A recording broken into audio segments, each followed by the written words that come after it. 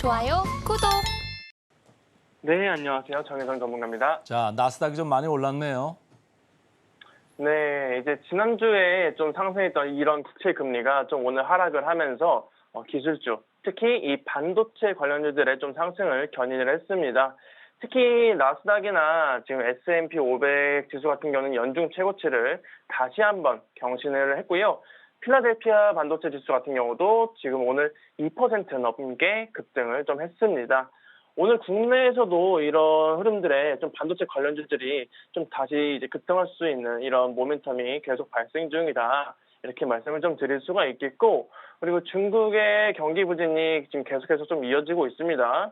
어제 발표했던 이 중국의 2분기 GDP는 이제 전년 동기 대비해서 예상치 7.3%를 하회한 6.3% 증가를 했고요. 여기에는 수출 증가율, 수입액, CPI 등 각종 경제 지표들이 계속 이렇게 좋지 않은 모습들을 계속해서 보여주고 있습니다. 이에 따라서 지금 오늘 국제유가도 각각 WTI 1.79%, 브렌트유 1.83% 하락하는 모습을 보여줬고요. 그리고 오늘 인도에서 열렸던 이 G20 재무장관 회의에서 제닛 옐런 미국 재무부 장관이 지금 이런 중국 경기 둔화가 경제 전반에 부정적인 파급 효과를 미칠 것이라고 말을 했습니다. 특히 아시아 국가들은 이제 중국의 영향을 좀 많이 받기 때문에 영향을 제일 많이 받을 것이라고 좀 말을 했고요. 다만 지금 미국 경제에는 이상이 없을 거라고 경기 침체는 없을 거라고 밝혔습니다. 여기에는 지금 미국이 지금 성장 자체는 좀 둔화를 했지만 지금 고용 시장이 계속해서 강세를 보여주기 있기 때문에 크게 문제는 없을 거다라고 그런 발언들을 좀 했고요. 그리고 다음 주에 이제 7월 FOMC 회의가 좀 예정되어 있죠. 이번 7월 FOMC 회의에서 기준금리를 25pp 올리고 이후에는 동결할 가능성이 계속해서 지금 늘어나고 있는 상황입니다. 사실 그동안 이제 인플레이션에 대한 이런 지표가 좀 좋기 때문이라고 저는 보고 있는데요. 페드워치를 보시면은 지금 7월 FOMC 회의에서 55bp로 5.5%로 25bp 인상할 가능성이 거의 기정사실화됐다고 볼 수가 있겠고, 이후에 9월 FOMC 그리고 11월 FOMC, 12월 FOMC 회의까지 해서 지금 계속해서 5.5%에서 금리를 동결할 가능성이 계속해서 늘어나고 있다. 이렇게 보시면 될 것 같습니다. 그리고 지금 지난해 이제 7월부터 튀르키예 좀 중재로 이제 우크라이나와 러시아가 서로 곡물 수출을 계속 할 수 있게끔 이렇게 맺었던 흑해 곡물 협정이 지금 사실상 중단이 됐습니다. 지난 5월에도 이제 겨우 좀 2개월 연장을 했었는데, 이번에 러시아 측에서 제시한 사항들이 좀 이행이 되지 않았다, 스위프트에 복귀시켜주지 않았다는 이유에서 흑해 곡물 협정은 이제 효력이 없다고 러시아 측에서 밝혔습니다. 물론 지금 이 러시아 관련 사항이 이행되는 즉시 이제 바로 흑해 곡물 협정이 복귀하겠다고 얘기하기는 했지만은 이제 유엔 측에서 이제 어떻게 반응할지는 앞으로 좀 지켜봐야 한다는 점까지 말씀을 드리겠고, 오늘 또 이제 이런 이슈에 곡물이나 사료 관련주들이 부각을 받을 수 있는 이런 상승 모멘텀이 될 수 있는 이런 이슈도 있었다라고 한번 전달해 드리도록 하겠습니다. 네, 아까 정혜성 전문가가 이렇게 지나가면서 페드와치 이렇게 그림을 한번 보여주셨는데 그 그림 좀 한번 띄워주실래요? 이게 보면은 그 기준금리가 지금 더 올라갈 거냐 말 거냐 이게 시장에 상당히 관심이고, 최근에 보면은 나스닥이 계속적으로 올라가고 있어요. 그리고 빅테크도 어제 많이 올랐지 않습니까? 지금 그림 나오고 있습니다만은 이번에는 이제 25bp 저렇게 올라갈 거다 이렇게 생각을 하지만은 그다음 9월에 가서는 사실은 이게 오른쪽에 한 번 더 갈 수 있는 가능성이 있었던 건데, 그게 지금 가능성이 줄어들면서 이제 기준금리 인상 사이클 끝나는 거 아니냐. 그러면 빅테크 더 날아갈 수도 있겠다 이런 생각하는 사람이 점점 많아지는 것 같고, 밸류에이션이 높다 계속 했습니다마는 밸류에이션보다는 일단은 금리 인상 사이클의 모멘텀이 죽는다. 여기 이제 배팅하는 사람들이 많은 것 같아요. 그래서 어제도 보면은 빅테크 관련주들이 좀 많이 올랐잖아요. 그 중에서도 엔비디아 또 목표 가격을 올렸습니다. 네, 맞습니다. 엔비디아 주가도 어제 좀 많이 부각을 받았었는데요. 자, 엔비디아 잠시만요. 엔비디아 예, 엔비디아도 어제 2.5% 이상 급등을 했습니다. 오늘 이제 시티그룹에서 엔비디아가 이제 생성형 AI의 최대 수혜주가 엔비디아가 될 거라고 좀 목표가를 상향을 하면서 2% 넘는 급등세를 보여줬고요. 이에 힘입어서 지금 오늘 필라델피아 반도체 지수도 2.32% 급등을 했습니다. 사실 지금 이 AI 시장 자체가 올해 계속해서 부각을 받다 보니까 앞으로도 이 엔비디아의 급등 랠리는 좀 계속될 것 같다라고 말씀을 드려보겠고, 다음은 테슬라입니다. 테슬라. 자, 테슬라는 이제 지난 15일에 사이버 트럭을 공식으로 좀 출시를 하고 이제 판매에 들어가면서 시장의 관심을 계속해서 받고 있습니다. 이 사이버 트럭이 2019년에 공개한 이후에 4년 동안 좀 출시가 연기됐던 터라서 그만큼 지금 시장의 기대도 많이 커지고 있는 상황이고요.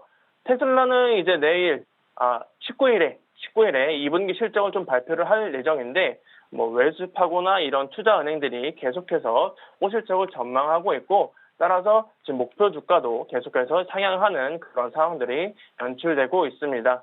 자, 다음은 넷플릭스 한번 보겠습니다. 넷플릭스.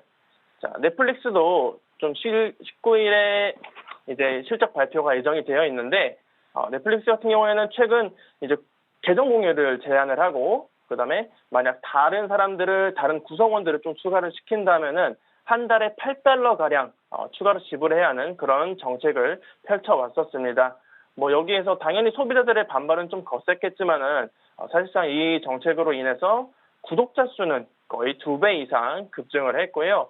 따라서 내일 이제 2분기 실적 발표에서도 호실적을 기록해주지 않을까 이렇게 좀 전망을 하고 있습니다. 자, 다음은 애플 보겠습니다.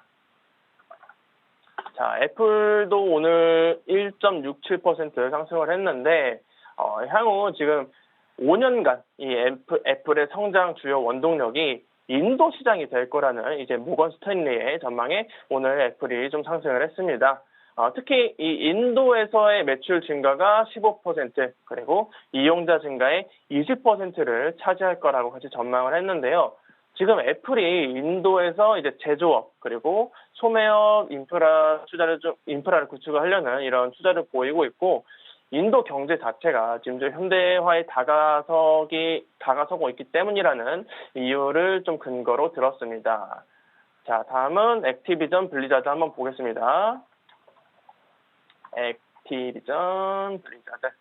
자, 액티비전 블리자드도 오늘 좀 급등을 했다가 좀 살짝 음봉을 달아준 모습을 확인할 수가 있는데요. 마이크로소프트가 액티비전 블리자드를 인수하는데 계속해서 청신호를 보이고 있습니다.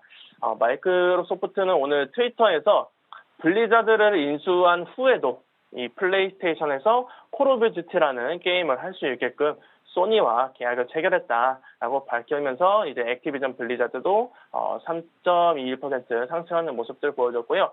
이런 행보들은 앞으로 좀 규제 당국 심사에 계속해서 좋은 영향을 끼칠 것으로 보여집니다. 자, 다음은 퍼스트 솔라 한번 보겠습니다. 퍼스트 솔라. 네, 퍼스트 솔라 같은 경우에는 지금 지난주에 이제 JP 모건 등의 이제 대형 금융사들로부터 거의 $10억 규모의 5년 만기 회전 한도 여신을 제공을 받은 영향이 오늘도 좀 지속이 된 걸로 보입니다. 이 회전 한도 여신이 뭐냐면은 간단하게 생각하면 이렇게 생각하시면 됩니다. 개인으로 치면은 마이너스 통장이라고 생각하시면 돼요. 최근 퍼스트 솔라가 이제 신규 공장을 건설하는 등 이런 성장 전략들을 강화 중인데, 대규모 자금 조달이 좀 확보가 되면서 앞으로도 성장 모멘텀도 같이 확보를 했다라는 이유에 오늘 8% 넘는 상승을 보여줬었습니다. 자, 빅테크 얘기 많이 말씀을 해주셨는데 어제 우리 장도 IT 소부장이 장에 아주 중심에 있었거든요. 오늘까지도 이어질 수 있을 것 같다. 이런 게 좀 미국 장의 시사점일 것 같습니다. 자, 이제 코인 쪽으로 가볼까요? 코인 시장 업데이트 뭐가 있을까요? 자, 비트코인 같은 경우에는 지금 4천만 원 근처에서 이 박스권을 형성을 했었는데, 이제 지금 좀 하락 추세로 접어들지 않았나 이렇게 전망을 하고 있습니다.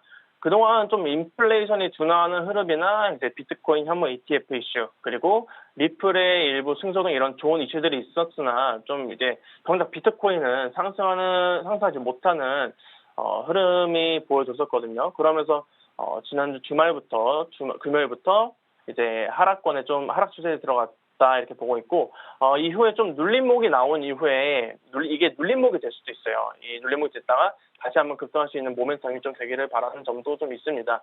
뭐 이런 와중에도 지금 알트코인들은 계속해서 순환매가 돌아주고 있습니다. 다만 여전히 지금 하락하는 코인들이 계속 상승하는 코인들보다 하락하는 코인들이 훨씬 많은 모습 확인할 수가 있고요. 저번 주에 말씀드렸던 것처럼 이렇게 알트코인들이 순환매가 도는 와중에도 이렇게 상승을 하더라도 금방 윗꼬리가 달고 내려오는 모습들이 계속해서 보여주고 있으니까 투자자 여러분들은 지금 매매를 할 때 좀 욕심이 없이 비중 관리를 해가면서 목표가, 손절가 딱 정하고 그리고 목표가 달성하면 뒤돌아보지 않는 그런 매매가 필요할 것 같다는 말씀을 한번 드려보도록 하겠습니다. 시장에서도 계속적으로 알트코인에 대해서 이제 신뢰를 안 하는 분위기가 이어지고 있는 것 같다. 이런 걸로 좀 요약을 해 보겠습니다. 자, 리플 관련해서 판결 나온 거 좀 뭐가 있을까요? 최근 리플레스가 이제 증권거래위원회 이 SEC와의 소송에서 좀 일부 승소하고 급등세를 보여줬죠. 그런데 이제 전 SEC 인터넷 집행국장이 미국 법원의 리플 판결은 번복될 가능성이 있다고 밝히면서 투자자들의 지금 불안을 계속 키우고 있는 상황입니다. 다만 지금 시장 같은 경우에는 시장에서는 법적 명확성에 대해서 좀 회의적이기 때문에 즉각적으로 항소할 가능성은 지금 낮다고 반박하는 분석도 존재하는 상황이고요. 그리고 지금 최근 인플레이션이 둔화하는 흐름이나 그리고 비트코인 현물 ETF 이슈나 리플의 일부 승소 등 이런 투자 심리가 좀 회복이 되면서 업비트 일거래액이 지금 증가를 하고 있습니다. 지난달에 1조 원 안팎에 머물렀던 이 업비트 일거래액이 이번 달 들어서 2조 5천억까지 증가를 했고 전 세계 이제 1위 거래소인 바이낸스와의 격차도 계속해서 좁혀 나가고 있습니다. 지금 많은 투자자분들이 가상자산의 이제 바닥을 딛고 더 올라올 거라고 이제 전망하는 분위기가 연출되고 있기 때문인 것으로 보인다는 말씀까지 한번 드려보도록 하겠습니다.